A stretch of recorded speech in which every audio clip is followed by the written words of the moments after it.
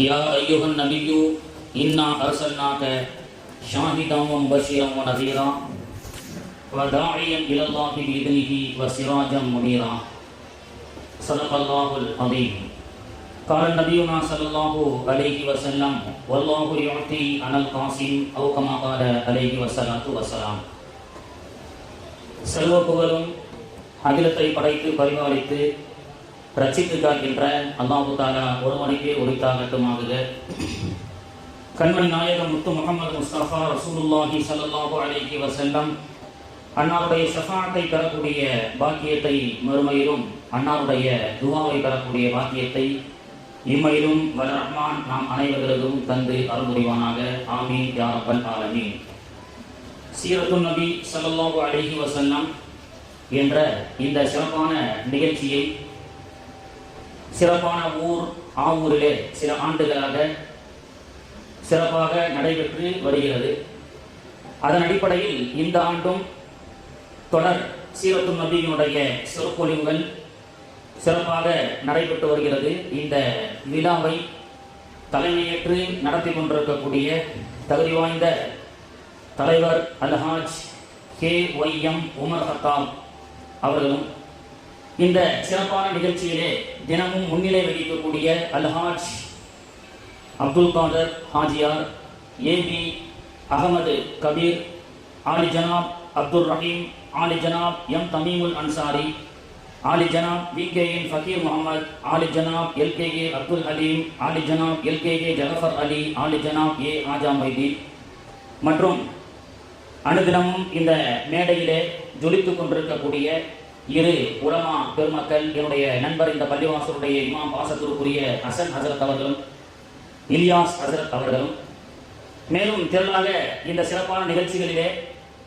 இந்த ஊர் மக்கள் ஆண்கள் பெண்கள் எல்லோரும் சிறப்பாக கலந்து கொண்டிருக்கின்றீர்கள். நம் அனைவர்களுக்கும் அல்லாஹு தஆலா நீண்ட ஆயுளையும் நிறைவான செல்வத்தையும் சரீர ஆஃபியத்தையும் தந்து அருள் புரிவானாக.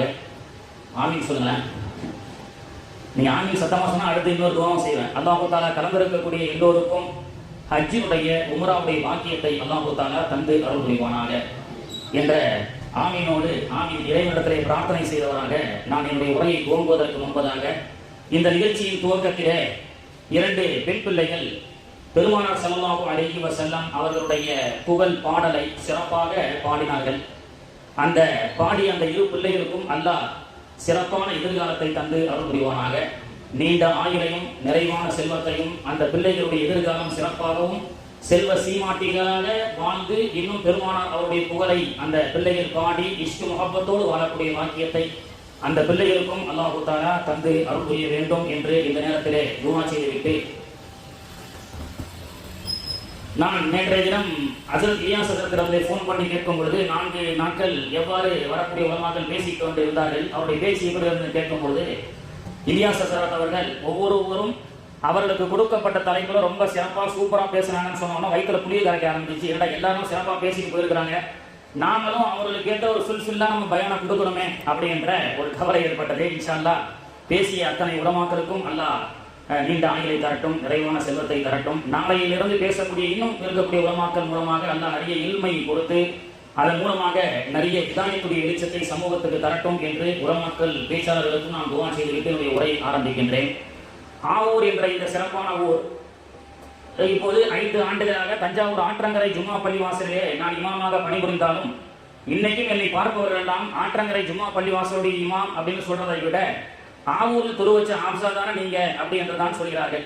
தஞ்சாவூர் ஜும்மா பள்ளிவாசலுக்கு சுற்று வட்டாரத்திலிருந்து வரக்கூடிய மக்கள் நீங்கள் ஆவூர் ஆப்சா தானே, என்னதான் 5 ஆண்டுகள் இமாமாக தஞ்சாவூர் ஆற்றங்கரை ஜும்மா பள்ளிவாசல் என்ற பிரசித்தி பெற்ற பள்ளிவாசலை இமாமாக பணியாற்றினாலும் அந்த இமாமாக பணியாற்றுவதற்கு பெரிதும் காரணம் இந்த ஆவூர் என்று சொல்லலாம். ஏனென்றால் நீங்க முன்னாடி எங்க தொழு வச்சீங்க? ஆவூர்ல தராவி தொழு வச்ச 3 ஆண்டுகளாக. இந்த மக்கள் எங்க போனாலும் எங்க ஊர் ஹாம்சா, ஆவூர் ஹாம்சானே சொல்லி பழக்கம். இன்னைக்கும் அந்த பேச்சு மாறல. இந்த ஊரில் தொழு வைத்த வரக்கத்தை கொண்டு தஞ்சை மாநகரத்தினுடைய மாவட்டத்தினுடைய பெரிய பள்ளிவாசலிலே இமாமாக பணிபுரியக்கூடிய பாக்கியத்தை கொடுத்தான். அதுவெல்லாம் இந்த ஊர் மக்கள் எனக்காக செய்த துவா என்பதிலே எந்த ஒரு மாற்று கருத்தும் இருக்க முடியாது என்பதை சொல்லிக்கொண்டு என்னுடைய தலைப்புக்குள் நான் செல்கின்றேன். எனக்கு கொடுக்கப்பட்ட தலைப்பு அண்ணலாரும் அறிவியலும், த ப்ராஃபட் அண்ட் த சயின்ஸ், பெருமானார் ஸல்லல்லாஹு அலைஹி வஸல்லம் அவர்களும் அறிவியலும் என்ற தலைப்பிலே சொல்லப்பட்டுக் கொண்டிருக்கிறது. பெருமானாருடைய பிறப்பு ரபியுல் அவ்வல் திங்கள் என்பது இந்த ஆண்டு மிகவும் விசேஷத்திற்குரியது. காரணம் என்னவென்று சொன்னால் 1500 ஆனிவர்சரி, 1500வது ஆண்டு பெருமானார் அவர்கள் பிறந்து 1500 ஆண்டை எட்டிய ரபியுல் அவ்வல் திங்கள். ஹிஜ்ரத்துக்கு முன்பு 53 ஆண்டுகள், ஹிஜ்ரத் இப்பொழுது 1447, 53ஐயும் 1447ஐயும் சேர்த்தா 1500 ஆண்டுகள். ஹிஜ்ரத்தின் கணக்கின் அடிப்படையில் பெருமானார் அவர்கள் பிறந்து இந்த ஆண்டினுடைய ரபியுல் அவ்வல். மாநபி ஸல்லல்லாஹு அலைஹி வஸல்லம் அவர்களை அல்லாஹ் பலவாறாக சொன்னாலும் வமா அர்சல்னாக இல்லா ரஹ்மத்தல் லில் ஆலமீன், உலகத்திற்கு அருட்கொடை அண்ணல் நபி ஸல்லல்லாஹு அலைஹி வஸல்லம் அவர்கள் அவதரித்து இந்த பூமியிலே 1500 ஆண்டுகள் ஆகிறது. கிபி 571 ஏப்ரல் மாதம் 22ஆம் தேதி இந்த உலகத்திலே ஒரு பேர் ஒளி பிறந்தது. மாநபி பிறந்தார்கள். அவர்கள்தான் முகமது நபி ரசூலுல்லாஹி ஸல்லல்லாஹு அலைஹி வஸல்லம் அவர்கள். பெருமானார் அவர்கள் மக்காவிலே பிறக்கும் பொழுது 10 லட்சம் மக்கள் தான் மக்காவிலும் மக்காவை சுற்றியுள்ள பகுதிகளிலும் வாழ்ந்திருக்கின்றார்கள். Only 10 lakhs population in Makkah before birth in Prophet Muhammad sallallahu alaihi wasallam. நபி ஸல்லல்லாஹு அலைஹி வஸல்லம் அவர்கள் பிறப்பதற்கு முன்பு பிறக்கும் பொழுது 10 லட்சம் பேர் மட்டுமே மக்காவிலும் மக்காவை சுற்றியுள்ள சில பகுதிகளில் வாழ்ந்திருக்கின்றார்கள். அந்த 10 லட்சம் மக்களிலேயே படித்தவர்கள் எத்தனை பேர் என்று சொன்னால் 15 பேர் மட்டுமே. Only 15 members graduate in Makkah.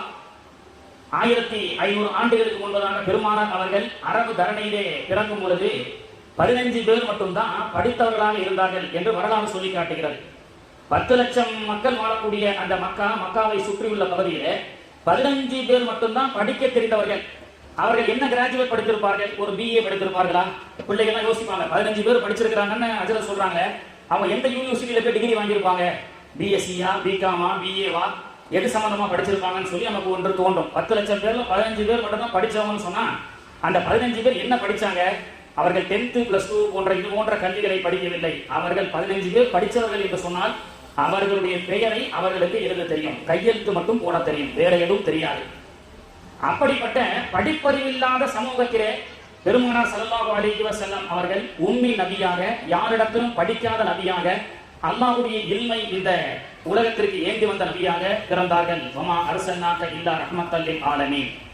நுபுவத்தை பிரகடனம் செய்ததற்கு பிறகு மாநபி ஸல்லல்லாஹு அலைஹி வஸல்லம் அவர்கள் 23 ஆண்டுகள் இந்த குர்ஆனையும் நபிமொழியையும் சஹாபாக்களுக்கு வழி நடத்தினார்கள். 23 ஆண்டுகளிலே எதை பற்றி எல்லாம் பேசினார்கள் தெரியுமா? இன்றைய சயின்ஸ் கோள்களை பற்றி பேசினார்கள், பிளானட்டுகளை பற்றி பேசினார்கள். யாசீன் வஷ்ஷம்சி வல் கத்ரி வஷ்ஷம்சி வதுஹாஹா என்று குர்ஆன் சொன்னது. வல் கமர கத்தர்னாஹு மனாசில் ஹத்தா ஆதகல் உர்ஜூனில் கதீம் என்று யாசீன் பேசியது. அறிவியலை பற்றியது, பூமியை பற்றி பேசியது, பூமிக்கு மேல் உள்ளதை பற்றி பேசியது, பூமிக்கு கீழ் உள்ளதை பற்றி பேசியது.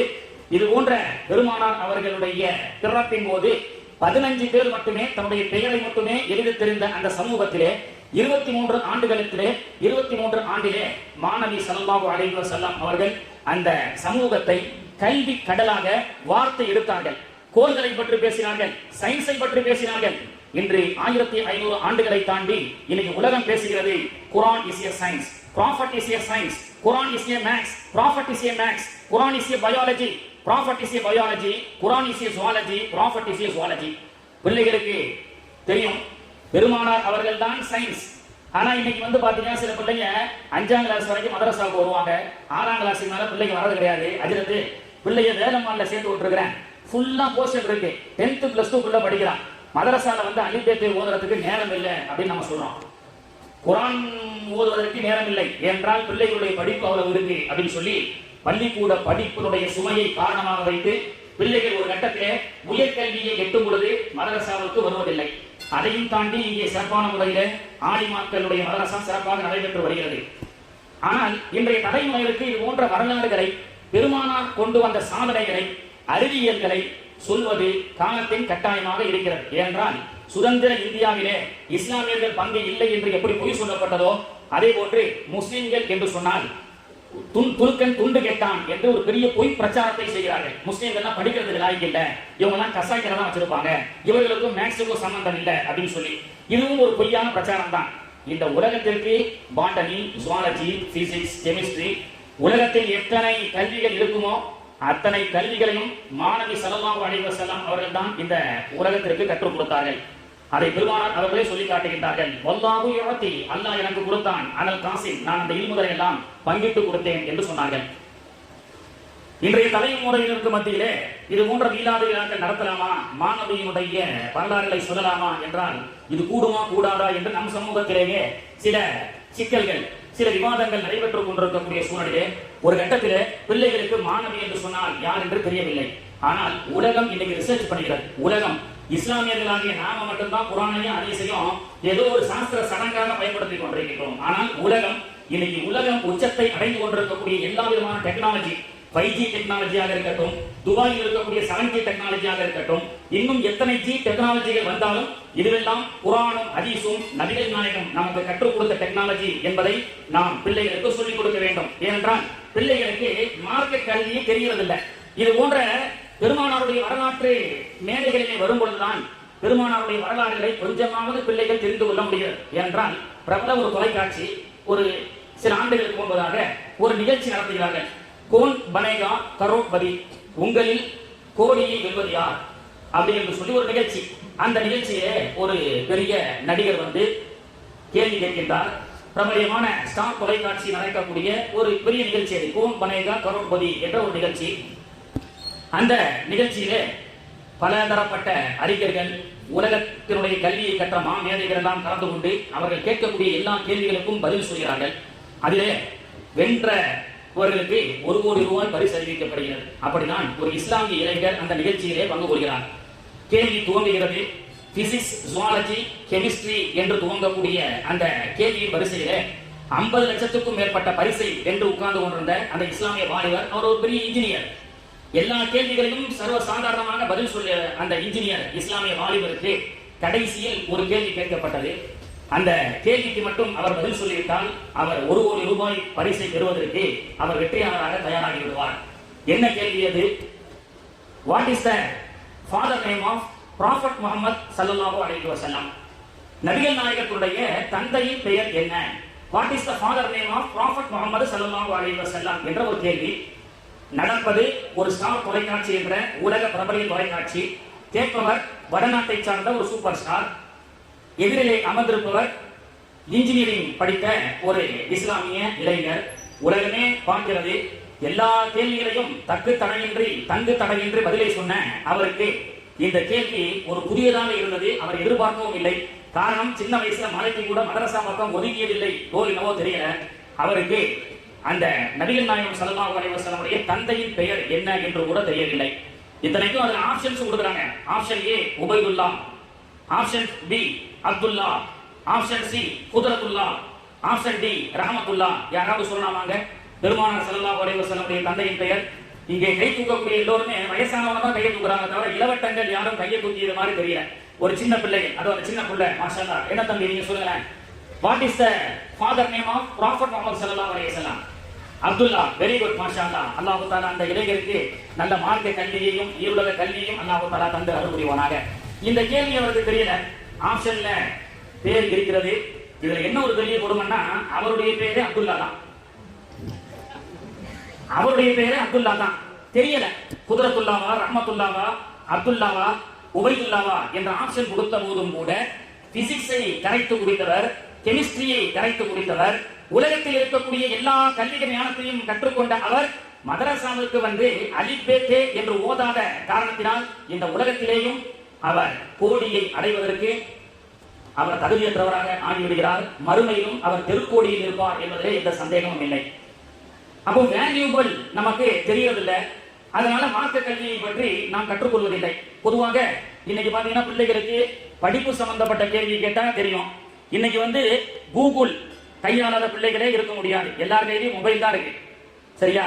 அப்போ கண்ணியத்திற்குரியவர்களே, பிள்ளைகள் இன்னைக்கு மார்க்கம் சம்பந்தப்பட்ட கேள்விகளை தாண்டி சினிமா துறையை பற்றியும் நாடக துறைகளை பற்றியும், யாரு யாரை கல்யாணம் பண்ணிருக்கிறா, எந்த நடிகர் எந்த நடிகை கல்யாணம் செஞ்சிருக்கிறாங்க, யார் யாருக்கு என்கேஜ்மெண்ட் ஆயிருக்குன்னு சொன்னா டிவி சம்பந்தப்பட்ட சீரியல் சம்பந்தப்பட்ட கேள்வி எல்லாம் நல்லா தெரியுது.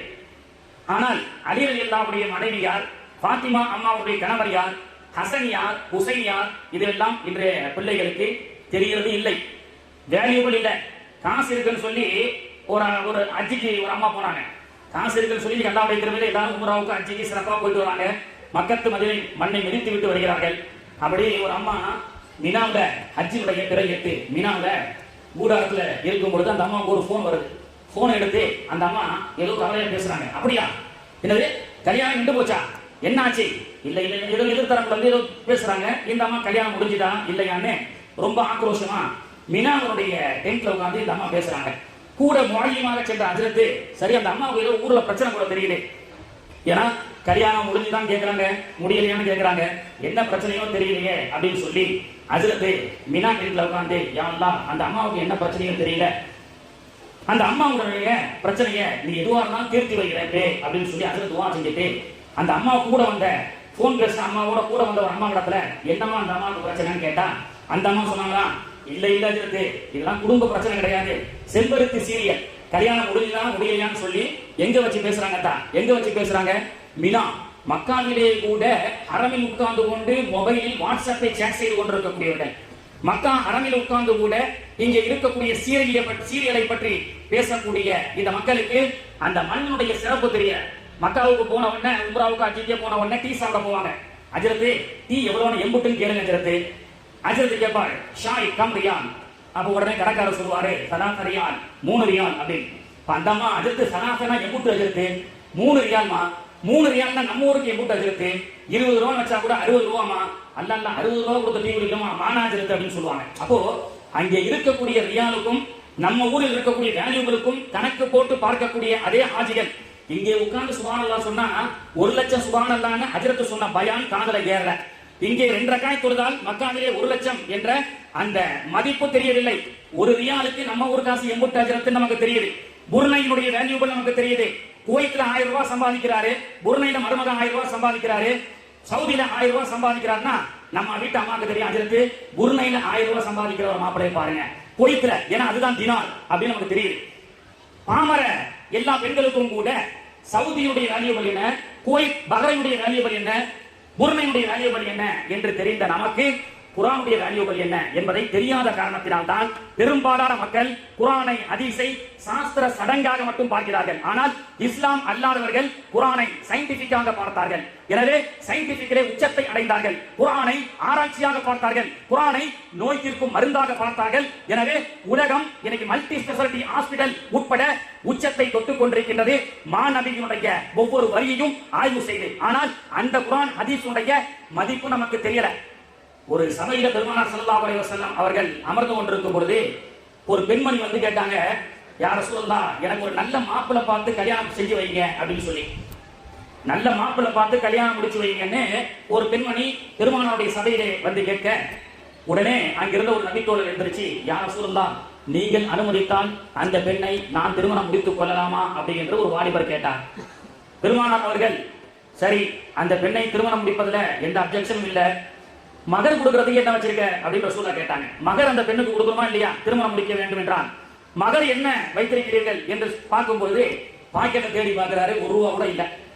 இந்த காலம் இருந்தா என்ன, கூகுள் பே போன் பே அக்கௌண்ட்டை செக் பண்ணி பாருப்பா அமௌண்ட் எவ்வளவு இருக்குன்னு பார்க்கணும், அந்த மாதிரியா இல்லையா. இப்போ பெருமானார் அவர்கள் பாக்கெட்ல ஒண்ணும் இல்லையா, வீட்டுல ஏதாவது இருந்தா எடுத்துருவான்னு ரசூலுல்லாஹ் சொல்ல, உடனே அந்த நபித்தோழர் வாலிபர் ஓடோடி வீட்டுக்கு செல்கின்றார். வீட்டில் இருக்கக்கூடிய எல்லா பரணைகளையும் திறந்து பார்த்தார். வீட்டுல 1 ரூபா கூட கிடையாது, 10 காசு கிடையாது சொல்றோமா இல்லையா. கூகுள் பே 0 இருக்குது அவருக்கு. நம்ம பாஷையில சொல்ல போனா வந்தார், யார சொல்லுந்தா பாக்கெட்லயும் ஒண்ணும் இல்ல, வீட்லயும் ஒண்ணும் இல்ல.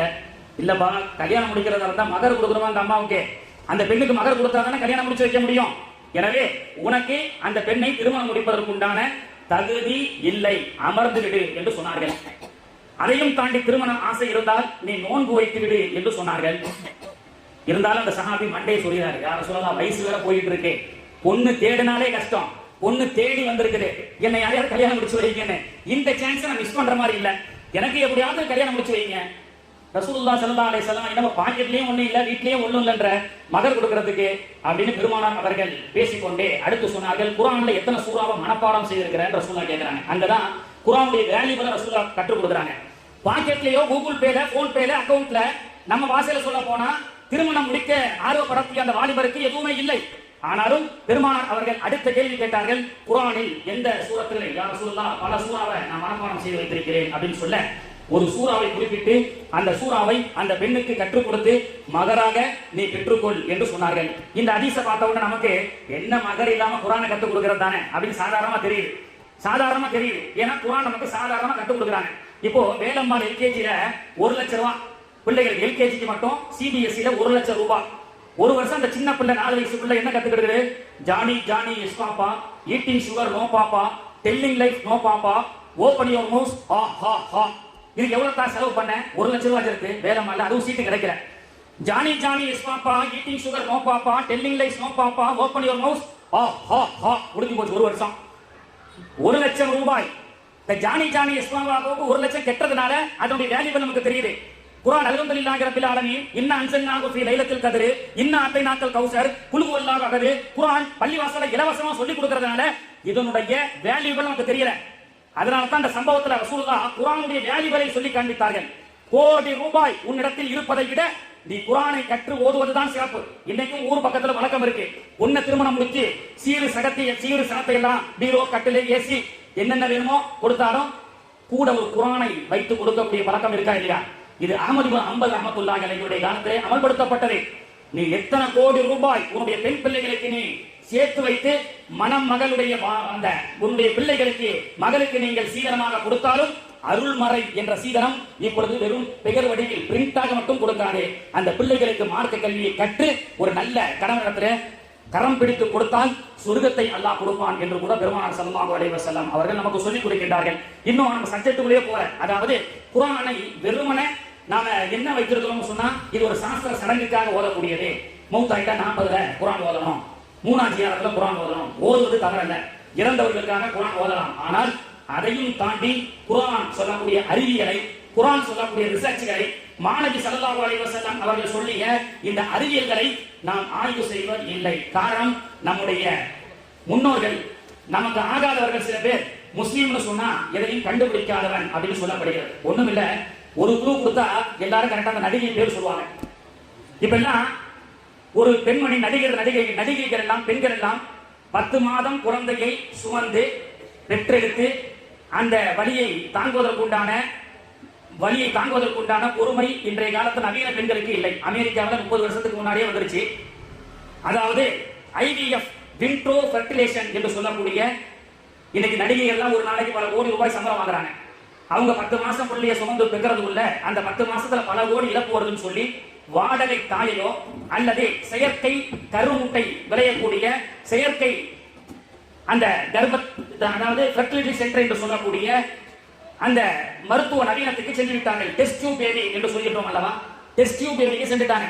இன்னைக்கு தமிழகத்தில் இருக்கக்கூடிய ஒரு பிரபல நடிகை கூட திருமணம் முடித்து வேற ஒரு பெண்ணை தேர்ந்தெடுத்து அவருடைய கருமுட்டையிலிருந்து 10 லட்சம் ரூபாய் கொடுத்து ஒரு பிள்ளையை பெற்றெடுத்த இது தெரியும். அந்த நடிகை யார் என்பதை நம்ம இந்த சிறப்பான மேடையில் சொல்ல வேண்டிய அவசியம் இல்லை, சிலருக்கு தெரியும். அந்த ஃபெர்டிலிட்டி டெஸ்ட் டியூப் பேபியை பற்றி 1400 ஆண்டுகளுக்கு முன்பதாக நபி ஸல்லல்லாஹு அலைஹி வஸல்லம் அவர்கள் சொல்லி காட்டுகின்றார்கள். வானவர் குமார் ஜிப்ரீல் அலைஹிஸ்ஸலாம் கேக்குறாங்க, கியாமத் நாள் எப்போ வரும்? முஸ்லிம் ஷரீஃப்ல பதிவு செய்யப்படக்கூடிய முதல் ஹதீஸ். அதிலே சில கேள்விகளை கேட்டுவிட்டு கடைசியாக ஒரு கேள்வியை ஜிப்ரீல் அலைஹிஸ்ஸலாம் நபிகள் நாயகம் ஸல்லல்லாஹு அலைஹி வஸல்லம் இடத்துல கேட்கின்றார்கள். எப்போ கியாமத் நாள் வரும்னு. கியாமத் நாளை பத்தி நிறைய ரசூலுல்லாஹ் சொல்றாங்க. மகதி வரக்கூடிய செய்தியை பத்தி ரசூலுல்லாஹ் சொல்றாங்க. அது ஒரு தனி சப்ஜெக்ட். குடி என்பதும் மது மாகு சூது கொலைகள் எல்லாம் அதிகரித்தால் கியாமத் நாளுடைய அறிகுறி என்று சொன்னார்கள். எனக்குரிய ரசூலுல்லாஹ் சொன்ன 70% அறிகுறிகள் வந்துவிட்டது. எந்த அளவுக்கு ரசூலுல்லாஹ் பேசுறாங்கன்னா, கடைசியா இந்த உலகத்துல பிரபஞ்சத்தில் பிறக்கக்கூடிய கடைசி குழந்தை ஆண் குழந்தை பிறக்கும். அது எந்த நாட்டிலே பிறக்கும்? சைனாவிலே பிறக்கும். பெருமானார் அவர்கள் சொன்னார்கள், இந்த பிரபஞ்சத்தின் முதல் குழந்தை ஆதிபிதா ஆதம் அலைஹிஸ்ஸலாம் என்றால் இந்த பிரபஞ்சத்தில் பிறக்கக்கூடிய கடைசி குழந்தை சீன தேசத்திலே ஒரு ஆண் குழந்தை பிறக்கும். அதுதான் கடைசி குழந்தை என்று சொன்னார்கள். இதுவரை துல்லியமாக சொன்ன பெருமானார் அவர்கள் இந்த டெஸ்ட் டியூப் பேபியை பற்றி பெருமானார் அவர்கள் பேசுகிறார்கள். இதை ரொம்ப ஓபன் டாக்காக ரசூலுல்லாஹ் சொல்றாங்க ஜிப்ரீல் கிட்ட. முஸ்லிம் ஷரீஃபுடைய முதல் ஹதீஸ், அன் தலிதல் அமத்து ரப்பதஹா, ஒரு அடிமை பெண் பெற்றெடுப்பால் எஜமானியை. பெற்றெடுக்கக்கூடிய தாய் அடிமையாக இருப்பால், பிறக்கூடிய குழந்தை எஜமானியாக இருக்கும். உங்களுக்கு புரியுதா? பெற்றெடுக்கக்கூடிய தாய் வசதியற்றவராக இருப்பால், பிறக்கக்கூடிய குழந்தை கோடீஸ்வரியாக பிறக்கும் என்று பெருமானார் அவர்கள் சொன்னார்கள். இந்த மாதிரி ஒரு நிலை வராம கியாமத் நாள் வராதுன்னு ஸல்லல்லாஹு அலைஹி வஸல்லம் அவர்கள் சொன்ன அந்த ஹதீஸ் முஸ்லிம் ஷரீஃபினுடைய முதல் ஹதீஸாகவே அந்த தொடர்ல பதிவு செய்யப்படுகிறது. அன் தலிதல் அமத்து ரப்பத்தஹா, ஒரு ஏழை பெண்மணி எஜமானியை பெற்றெடுப்பான் என்று சொன்னால், பெற்று குழந்தையை பெற்றெடுப்பதற்குண்டான நேரங்களும் காலங்களும் வழியும் கூட இல்லாத சில பெண்கள் காசு பணம் கோடிகள் விதைத்துவிட்டால் வேறு ஒரு பெண்ணின் மூலமாக, வேறு ஒரு கருமுட்டையின் மூலமாக, வேறு ஒரு கருவியின் மூலமாக ஒரு குழந்தையை பெற்றெடுப்பான் என்று சொல்லப்பட்டால், பெற்று எடுத்து முடித்தவுடன் அவருக்கு 10 லட்சம் ரூபாய் கொடுக்கிறார்கள். வாடகை தாய் என்று இன்றும் சொல்லப்படுகிறது. IVF, இன் விட்ரோ ஃபெர்டிலேஷன் என்று சொல்லக்கூடிய நவீன குழந்தை உருவாக்க மெடிக்கலை பற்றி 1400 ஆண்டுகளுக்கு முன்பு நபிகள் நாயகம் ஸல்லல்லாஹு அலைஹி வஸல்லம் அவர்கள் பேசுகிறார்கள்.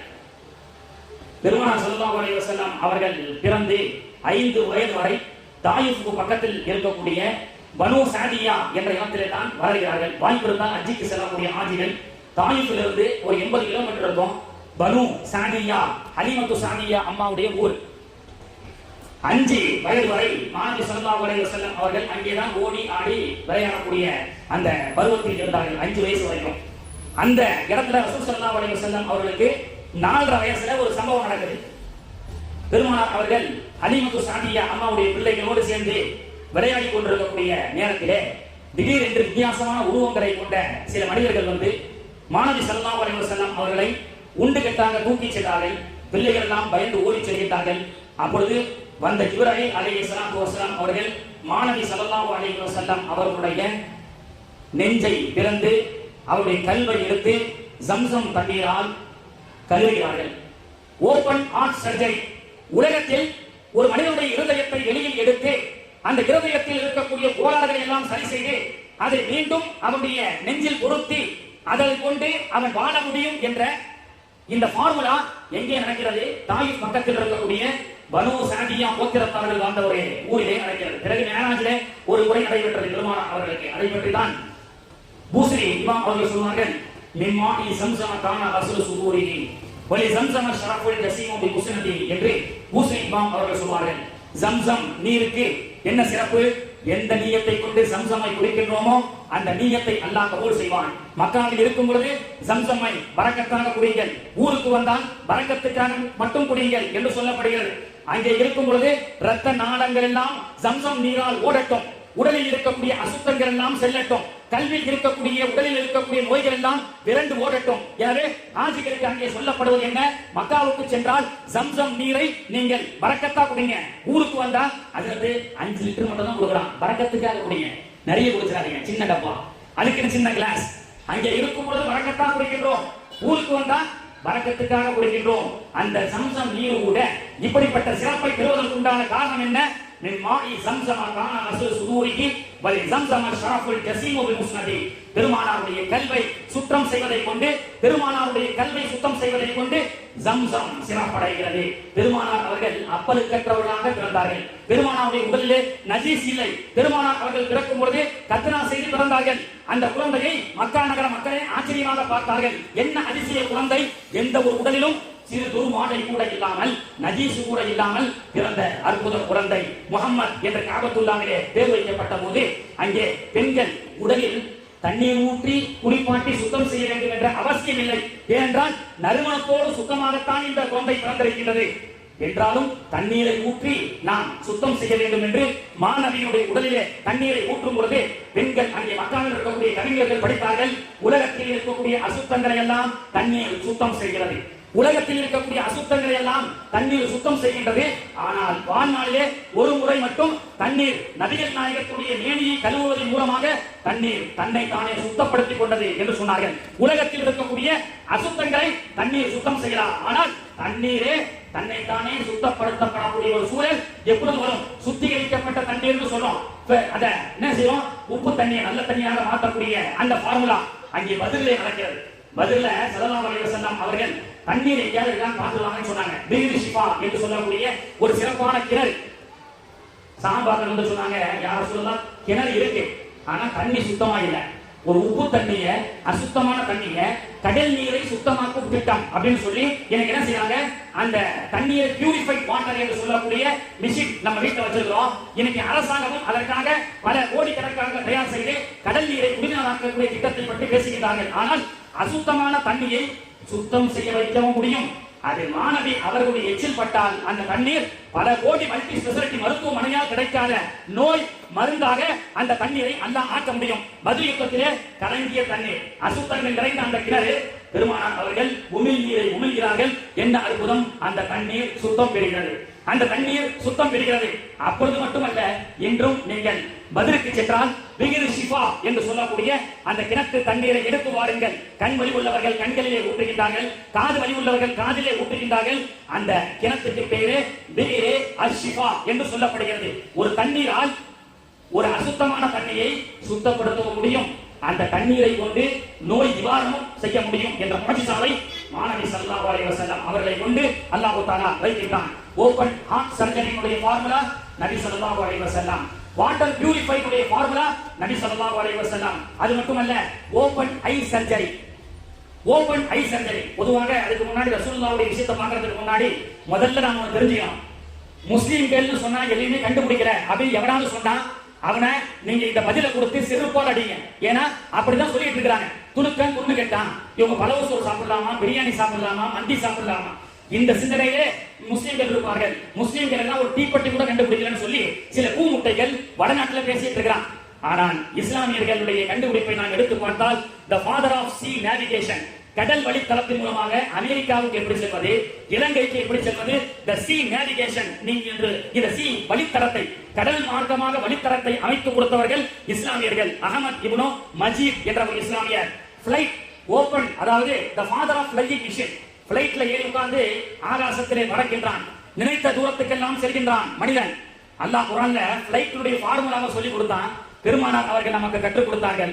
மனிதன் பிளைட்டை முதல்ல கண்டுபிடிக்கிறாரு. The father of ஃளையிங் machine Abbas இப்னு ஃபெர்னாஸ் என்ற ஒரு இஸ்லாமியர். பிளைட்டை கண்டுபிடித்தவர் அப்பாஸ் இப்னு ஃபெர்னாஸ். குர்ஆனிலே அல்லாஹ் சூரத்துல் முல்க், நமக்கு எல்லாம் தெரிந்த சூரா, அவலம் யரவு இல தைரி ஃபௌகஹும் சாஃபாத்தின் வயக்பில் மா யும்சிகுஹுன்ன இல்லா ரஹ்மான். வானத்தில் பறக்கக்கூடிய பறவை, இறக்கை விரித்து பறக்கக்கூடிய அந்த பறவையிலிருந்து உங்களுக்கு நீங்கள் பார்க்கவில்லையா, அதில் நான் படிப்பினை வைத்திருக்கின்றேன் என்று அல்லாஹ் ஒரு ஃபார்முலாவை சொல்லிக் கொடுக்கின்றான். அவலம் யரவு இல தைரி ஃபௌகஹும் சாஃபாத்தின் வயக்பில் மா யும்சிகுஹுன்ன இல்லா ரஹ்மான். அந்த பறக்கக்கூடிய பறவை கீழே விழாமல் அதை மேலே பாதுகாத்து கொண்டு செல்வது ரஹ்மான் என்று அல்லாஹ் சொல்லி காட்டுகின்றான். ஒரு பிளைட் புறப்பட்டு செல்லக்கூடிய இடத்தை அடைய வேண்டும் என்றால் ரஹ்மானுடைய நாட்டம் வேண்டும். இல்லை என்றால் குஜராத் அகமதாபாத்திலே 10 நிமிடத்தில் டேக் ஓவர் ஆகப்பட்ட பிளைட் எப்படி கீழே விழுந்து விடுவதும் அல்லாஹ்வுடைய நாட்டத்தில் உள்ளது. பிளைட் சிறப்பான முறையில் பறந்து சென்று இலக்கை, அந்த ஊரை அடைவதற்கு அல்லாஹ்வுடைய நாட்டம். எனவே தான் பிளைட்ல ஏறி உட்கார்ந்த உடனே, அந்த பிளைட்ல அடிக்கடி போகக்கூடியவர்கள் தான் நீங்கள், எல்லாம் ஏறி உட்கார்ந்த உடனே சீட்டு பெல்ட் போட்டுக்கோங்கன்னு சொல்லி அந்த பிளைட்டினுடைய பணிப்பெண் சொல்லக்கூடிய வார்த்தை என்ன, எல்லாம் நல்லபடியா கண்டிப்பா போய் சேர்ந்துருவோம், யாரும் கவலைப்படாதீங்க. ஜித்தாக்கு போறோமா, கண்டிப்பா ஜித்தாக்கு போயிடுவோம். ரியாதுக்கு போறோமா, ரியாதுக்கு கண்டிப்பா போறோம். லண்டனுக்கு போறோமா, கண்டிப்பா லண்டன்ல ரீச் ஆயிடுவோம். யாராவது சொல்றாங்களா? யாராவது சொல்றாங்களா? இப்படி ஏறி உட்கார்ந்த உடனே பிளைட்ல ஏறி பெல்ட் போட்ட உடனே கம்பல்சரி கண்டிப்பா உங்களை எல்லாம் நல்லபடியா சேர்த்துருவோம் சொல்ல முடியாது. மா யும்சிகுஹுன்ன இல்லா ரஹ்மான், அல்லாஹ்வுடைய நாட்டம் இல்லாமல். அதனால தான் எடுத்த உடனே என்ன சொல்றா, சப்போஸ் பிளைட் கோளாறு ஆயிட்டா, பறக்கும் பொழுது இன்ஜின்ல கோளாறு ஆயிட்டா, பேராசூட்டை எடு, இப்படி மாட்டு கீழே குதி அப்படின்றான். நம்ம ஊர் பஸ்ல ஏறும் போதே போற வழியில பட்டீஸ்வரம் தாண்டி ஆக்சிடென்ட் ஆயிருந்தா வாயை கழுவுடா அப்படின்னு சொல்லுவாங்க. பிளைட்ல சொல்ல முடியாது. ஏனால் பிளைட்டை ஓட்டுபவன் தான் பைலட், அதை இயக்குபவன் அல்லாஹ் அல்லவா. இந்த ஃபார்முலாவை அல்லாஹ் குர்ஆன்ல சொல்லி காட்டுறான். அவலம் யரவ் இல தைரி ஃபௌகஹும் சாஃபாத்தின் வயக்பில் மா யும்சிகுஹுன்ன இல்லா ரஹ்மான். சமூகத்திற்கு பெருமானார் அவர்கள் ஓதி காண்பித்தார்கள்.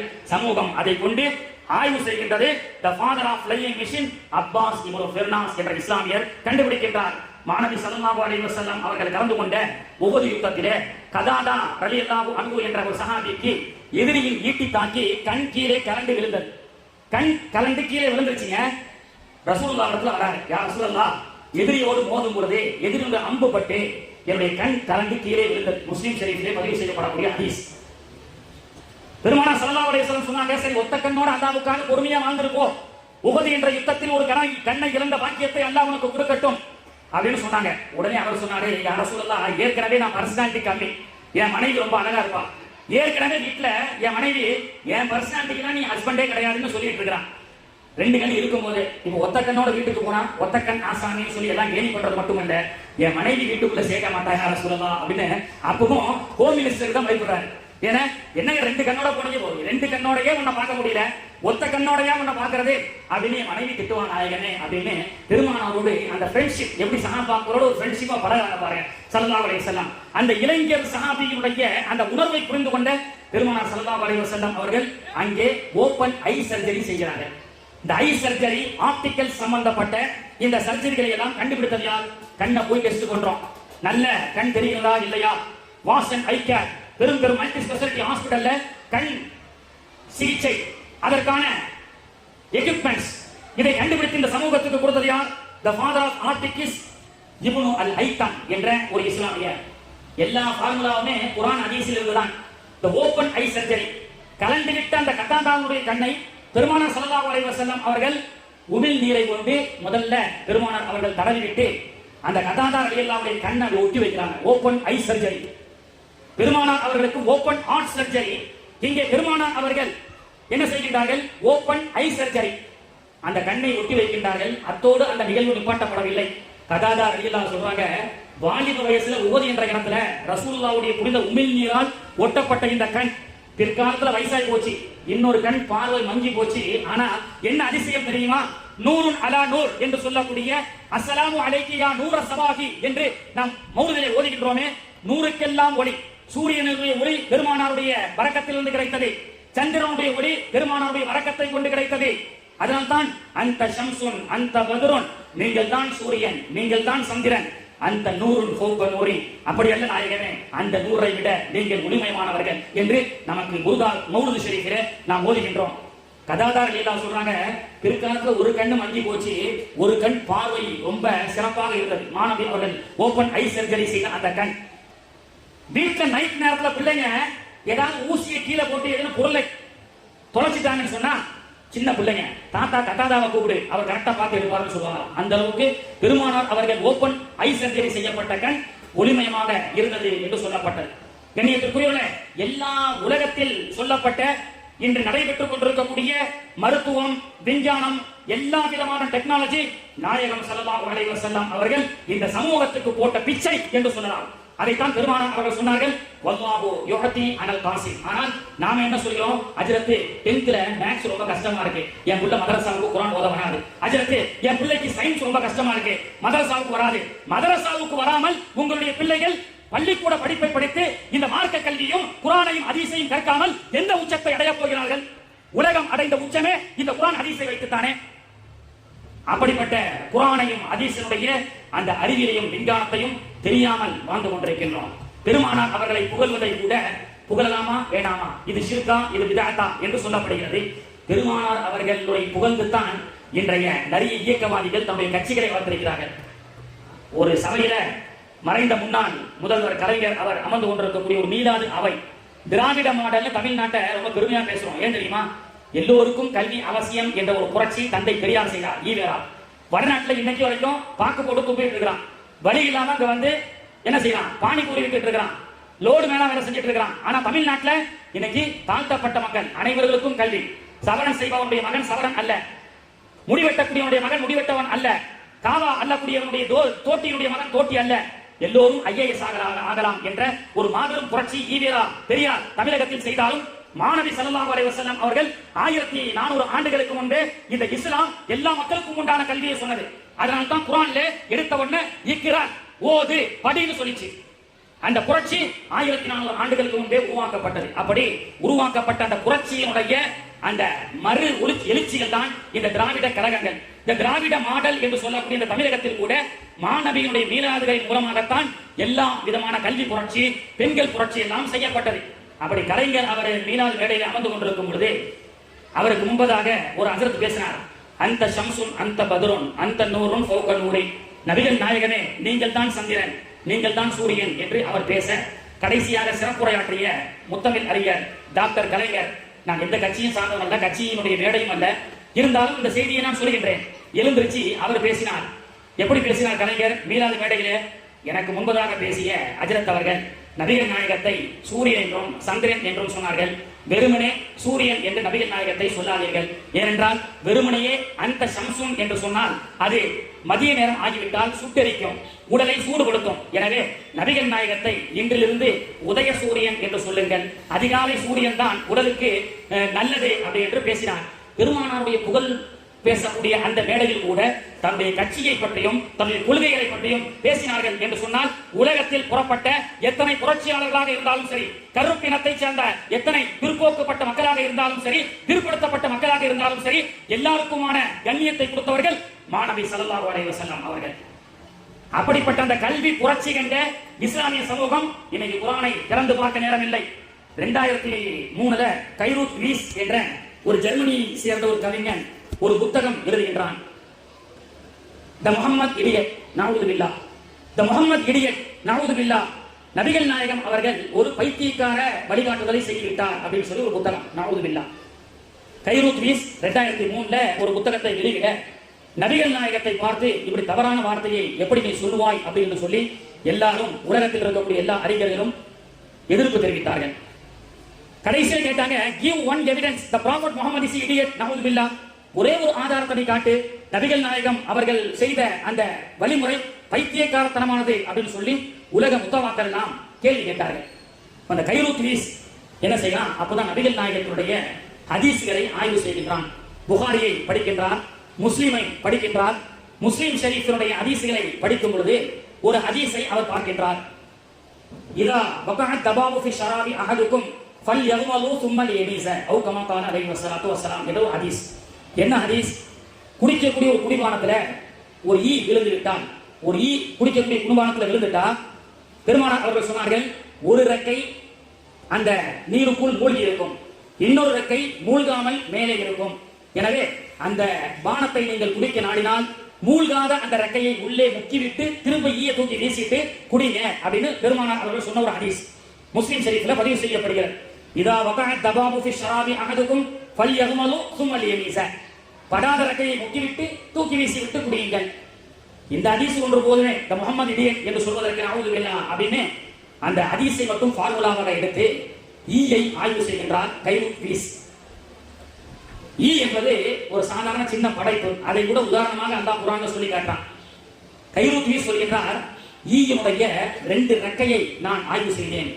ஒரு ரெக்கை பாய்சன் விஷம் இருந்தது, அது வெயிட்டாக கனமாக இருந்தது. இன்னொரு ரெக்கை அது அந்த பாய்சனுக்கு உண்டான மருந்தாக இருந்தது, அது தக்கையாக இருந்தது, வெயிட்லெஸ்ஸாக இருந்தது. எனவே ஒரு ஈ ஒரு தண்ணீருக்குள்ளோ ஒரு டீக்குள்ளோ ஒரு பாலுக்குள்ளோ ஒரு பானத்துக்குள் கீழே விழுந்து விட்டால் ஒரு பக்க ரெக்கை மூழ்கி இருக்கும், அந்த பாய்சன் அந்த பானத்துக்குள் இருக்கும். அந்த பாய்சனை முறித்து விட்டு குடிக்க வேண்டும் என்று சொன்னால் மேலே இருக்கக்கூடிய முக்காத ரெக்கையை முக்கிவிட்டு குடியுங்கள் என்று மாணவி அவர்கள் 1400 ஆண்டுகளுக்கு முன்பு வறண்ட பாலைவனத்தில் உட்கார்ந்து கொண்டு, எந்த ஒரு ஆராய்ச்சி நிலையமும் இல்லாத அந்த பாலைவனத்தில் இருந்து கொண்டு மாணவி ஸல்லல்லாஹு அலைஹி வஸல்லம் அவர்கள் ஒரு ஈயினுடைய ரெக்கையுடைய விஷயத்தை பற்றி பேசியிருக்கிறார்கள் என்று சொன்னால், the Muhammad is not only a prophet. நபிகள் நாயகத்தை இஸ்லாமியர்கள் தீர்க்கதரிசி என்று மட்டும் சொல்கிறார்கள். that is not enough. தீர்க்கதரிசி மட்டுமல்ல, the prophet Muhammad is a great genius, great doctor, great scientist அப்படின்னு அவர் அடுக்குகின்றார். 2003 எந்த முகம்மதை பார்த்து இடியட் என்று நஊது பில்லாஹ் சொன்னானோ, அதே அந்த கைரூத் வீஸ் நபிகள் நாயகத்துடைய ஹதீஸ் ஒற்றை ஹதீஸை ஆய்வு செய்து ஒரு ஈயுடைய ரெக்கையில் இருக்கக்கூடிய ரகசியத்தை, ஒன்று பாய்சன் என்றும் ஒன்று அதற்கான மருந்து என்றும் மாணவி ஸல்லல்லாஹு அலைஹி வஸல்லம் அவர்கள் சொல்லியதை கொண்டு இன்னைக்கு உலகம் மெய்ப்பிக்கின்றது. இந்த ஹதீஸை பார்த்து கைரூத் வீஸ் வியந்தான். இப்படி ஆயிரக்கணக்கான வரலாற்றுகளை நம்மால் சொல்ல முடியும். கண்ணியத்திற்குரியவர்களே, இப்படியாக கைரூத் வீஸில் இருந்து எவ்வளவோ விஞ்ஞானிகள் பெருமானார் ஸல்லல்லாஹு அலைஹி வஸல்லம் அவர்களுடைய அறிவியலை கண்டு வியந்திருக்கின்றார்கள். சைனா, இன்றைய சைனா உலகத்திலேயே டெக்னிக்கல் அண்ட் டெக்னாலஜியில முதல் இடத்தில் இருக்கின்றான். மொபைல் போன்ல இருந்து இன்னைக்கு ஹெட்போன்ல இருந்து எல்லாமே சைனா முதலிடம் இருந்து கொண்டிருக்கின்றது. Remote control. சைனாவுடைய வரலாறு என்ன? உஹது யுத்தத்துல பெருமானார் ஸல்லல்லாஹு அலைஹி வஸல்லம் அவர்கள் சஅத் இப்னு அபீ வக்காஸ் ரலியல்லாஹு அன்ஹு என்ற ஒரு நபித்தோழருக்கு பக்கத்திலே நின்று, நீங்கள் எதிரிகள் மீது அம்பை எரியுங்கள் என்று ரசூலுல்லாஹ் சொல்றாங்க. சொல்வது மட்டுமல்ல, எல்லா சஹாபாக்களும் ரசூலுல்லாஹ்வை பார்த்தா தான் ஃபிதாக அபீ வ உம்மி என்று சொல்வார்கள். யா ரசூலுல்லாஹ், என்னுடைய தாயும் தந்தையும் தங்களுக்கு அர்ப்பணமாகட்டும் என்று. ஆனால் பெருமானார் அவர்கள் ஒரு சஹாபியை பார்த்து சொன்னார்கள் என்று சொன்னால், சஅத் பின் அபி வக்காஸ் ஃபிதாக அபி வ உம்மி யா சஅத் என்று சொன்னார்கள். அப்படிப்பட்ட அம்பு எறிவதிலேயே தேர்ச்சி பெற்ற சஹாபி. பெருமானார் அவர்கள் வில்லிலிருந்து அம்பை எறியும் பொழுது சஅதுக்காக துஆ செய்கின்றார்கள். சஅத் பின் அபி வக்காஸுடைய குறியை அல்லாஹ் தஆலா நேராக்குவானாக, அதை தப்பாமல் அவர் வைத்த அந்த குறியை தப்பாமல் அல்லாஹ் ஆக்குவானாக துஆ செய்றாங்க. இவரும் எறிகிறார். அம்பிலிருந்து வில்லிலிருந்து அம்பை எறிகின்றார். அம்பு செல்கிறது. எரிந்து கொண்டிருக்கின்றார். இலக்கை நோக்கி செல்கின்றது. எரிந்து கொண்டே இருக்கின்றார். 21 தடவை எரிஞ்சிட்டாரு. 21 பேருக்கு தாக்கிச்சு. ஆனா ஆக்சுவலி என்னன்னா, அவர் வைத்திருந்த அம்பு 7 தான். 7 அம்பு தான் வச்சிருந்தாரு. ஆனால் பெருமானார் அவர்கள் செய்த துஆ வழக்கத்தை கொண்டு அந்த அம்பு, அந்த வில்லிலிருந்து புறப்படக்கூடிய அம்பு தாக்கிவிட்டு மீண்டும் ரிமோட் கண்ட்ரோலாக அவரிடத்திலேயே வருகிறது. 7 அம்புகள் 3 முறை சுழற்சியாக 7 3 21 நபர்களை தாக்கியது. அப்பொழுதுதான் அவர் புரிந்து கொண்டார், பெருமானாருடைய துஆ வரக்கத்தை கொண்டு இந்த அம்பு சாதாரண அம்பு பெருமானாருடைய துஆ வரக்கத்தால் ரிமோட் கண்ட்ரோல் அம்பாக இருக்கிறது. அந்த அம்பை நீங்க பார்க்கணும்னு சொன்னா மதீனாவினுடைய கண்காட்சியில சஅத் இப்னு அபி வக்காஸுடைய பெருமானார் அவர்கள் செய்த ரிமோட் கண்ட்ரோல் வில்லை பார்க்க முடியும். அங்கெல்லாம் போய் பார்க்க நேரம் இல்லைன்னு சொன்னா கூகுள்ல தட்டி பாருகிறேன்.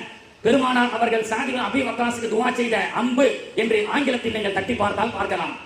பெருமானார் அவர்கள் அந்த அம்பை துஆ செய்தார்கள். அந்த அம்பிலிருந்து, அந்த வில்லிலிருந்து புறப்படக்கூடிய அந்த அம்பு குறி தப்பாமல் சென்றது. அது மட்டுமல்லாமல் தாக்கிவிட்டு ரிமோட் கண்ட்ரோலாக வந்தது. சஅத் இப்னு அபி வக்காஸ் அவர்கள் மதீனாவிலே பெருமானாருடைய காலத்திற்கு பிறகு மதீனாவிலிருந்து சுமார் 2800 கிலோமீட்டர் பயணித்து சைனாவுக்கு வருகிறார்கள். சைனாவிலே அவருடைய அடக்கஸ்தலம் இருக்கிறது. சஅத் இப்னு அபி வக்காஸ் குவான்சோ என்ற இடத்துல அந்த அம்பு, அந்த வில்லை வைத்திருந்த அந்த சஅத் இப்னு அபி வக்காஸ் அவர்கள் சைனா தேசத்தில் அடக்கப்பட்ட காரணத்தினால் சைனா இன்னைக்கு உலகத்துல டெக்னிக்கல் அண்ட் டெக்னாலஜியில உலகத்தில் முதலிடம். இந்த சைனா டெக்னிக்கல் அண்ட் டெக்னாலஜியில முதலிடமாக இருப்பதற்குண்டான காரணம் உஹது யுத்தம். 1400 ஆண்டுகளுக்கு முன்பு சஅத் இப்னு அபி வக்காஸ் அவர்களுக்கு சொல்லப்பட்ட அந்த துஆ, அந்த டெக்னாலஜி, அந்த ரிமோட் கண்ட்ரோல்.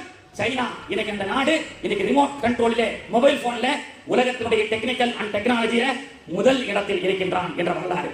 இப்படியாக சகோதரர்களே, எனக்கு எத்தனை ஜிக்கள் வந்தாலும் சரி, 5G வந்தாலும் சரி, 10G வந்தாலும் சரி, எல்லா டெக்னாலஜியும் பெருமானார் ஸல்லல்லாஹு அலைஹி வஸல்லம் அவர்கள் அனுபவித்து சென்றார்கள். 8 மணிக்கு இது போன்ற பெருமானார் அவர்கள் சொன்னது மாதிரி, வல்லாஹு யுஅதி அனல் காசிம், அல்லாஹ் எனக்கு ஞானத்தை கொடுத்தான், அதை நான் பங்கிட்டு கொடுக்கின்றேன். அதிலிருந்து வந்ததுதான் சயின்ஸ், அதிலிருந்து வந்ததுதான் பயாலஜி, அதிலிருந்து வந்ததுதான் சுவாலஜி, அதிலிருந்து வந்ததுதான் மேத்தமெட்டிக்ஸ் கண்டுபிடிச்சவர் யார்? The father of algebra. பிள்ளைகளுக்கு அல்ஜிப்ரானாலே ரொம்ப கஷ்டம் இருக்கும். அதனால மதரசாவுக்கு கூட வரதில்லை. Special teacher, special class, tuition, algebra மட்டும் கத்துக்கிறது. இந்த அல்ஜிப்ராவை சமூகத்தில் கற்றுக் கொடுத்தது யார்? வேலம்மாள் போதி தர்மா இது போன்ற மேலை நாட்டு பள்ளிக்கூடங்களை கற்றுக் கொடுத்தது தி ஃபாதர் ஆஃப் அல்ஜிப்ரா. கட்டி பாருங்கள், மூசா அல் கவாரஸ்மி என்ற ஒரு இஸ்லாமியர். அல்ஜிப்ராவை சமூகத்துக்கு கற்றுக் கொடுத்தவர் இஸ்லாமியர். பிளைட்டை கண்டுபிடித்து கொடுத்தவர் இஸ்லாமியர். கடல் மார்க்கமாக வழித்தரத்தை கற்றுக் கொடுத்தவர்கள், கண்டுபிடித்தவர்கள் இஸ்லாமியர்கள். ஓபன் ஹார்ட் சர்ஜரியை கண்டுபிடித்தவர்கள் இஸ்லாமியர்கள். ஓபன் ஹார்ட் ஐ சர்ஜரியை கண்டுபிடித்தவர்கள் இஸ்லாமியர்கள். இதுவெல்லாம் இஸ்லாமியர்கள் கண்டுபிடித்தார்கள் என்று சொன்னால் இவர்களுடைய ஃபார்முலா என்ன? குர்ஆன், ஹதீஸ் படியாக. அப்படிப்பட்ட அருள்மறையை பிள்ளைகளுக்கு நாம் கற்றுக் கொடுக்க வேண்டும் இன்ஷா அல்லாஹ்.